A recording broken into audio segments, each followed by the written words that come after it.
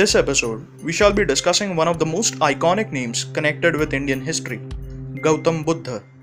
Remember, today's episode is about the life of Buddha and not Buddhism. Buddha is the person who came up with an ideology that opposed the Vedas. As more people started following his ideology, they also started modifying it in their own ways, which gave rise to Buddhism as we know it today.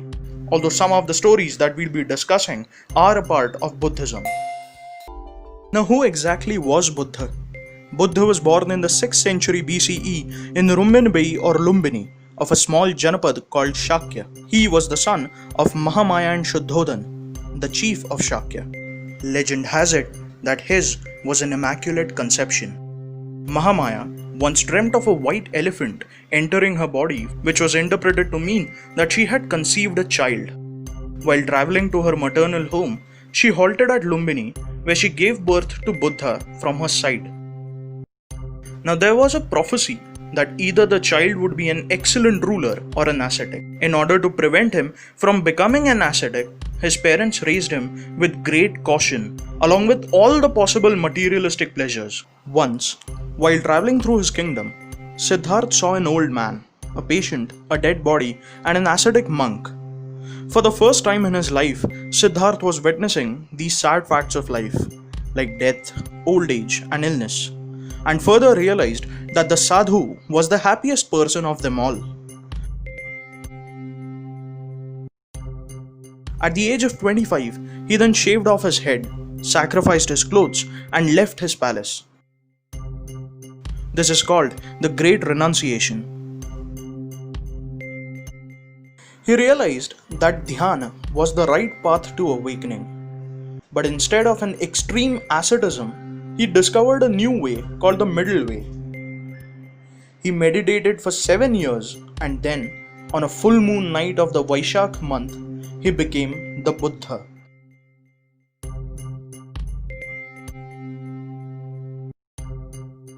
After 7 weeks, he decided to share his wisdom with the world and went on to Isipattana or Sarnath. There, in a park, he performed the Dharma Chakra Pravartana, meaning he set into motion the wheel of dharma that was stuck in materialism, ritualism, and the influence of Vedic religion, moved towards spirituality again.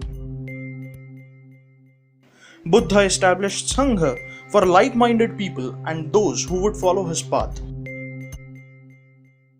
When he was 70 years old, he was at Kushinagar. There, a cobbler named Kunda invited him to dinner, after which Buddha attained nirvana because of food poisoning from Sukarmaddav. Many stories about his teachings are from folk tales and mythological stories. The 4 noble truths. First, dukkha.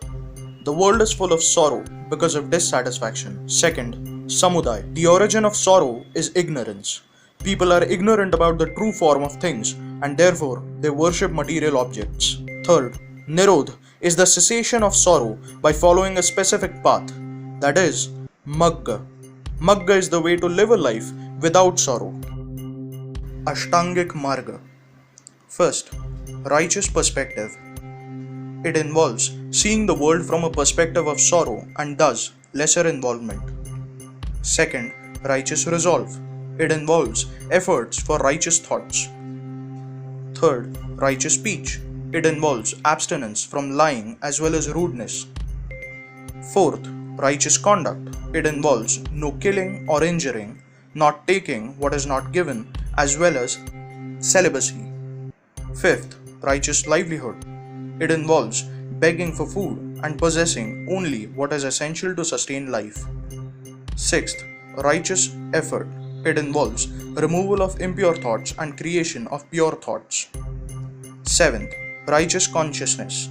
It involves being aware of actions and reality. 8. Righteous samadhi. It involves unification of mind. To put his teachings in a nutshell, he wished for people to pay more attention to their spiritual well-being rather than running after materialistic gains. But what makes him so great? Gautam Buddha lived a life of abstinence and freedom from materialistic pleasures. He was the first person, at least on record, to have opposed the materialistic culture of the Vedas at such a magnitude and with such far-reaching effects.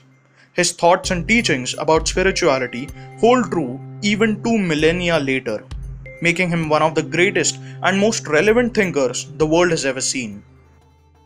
That's it for this episode. Hope you liked it. Do like, share, and subscribe to our channel.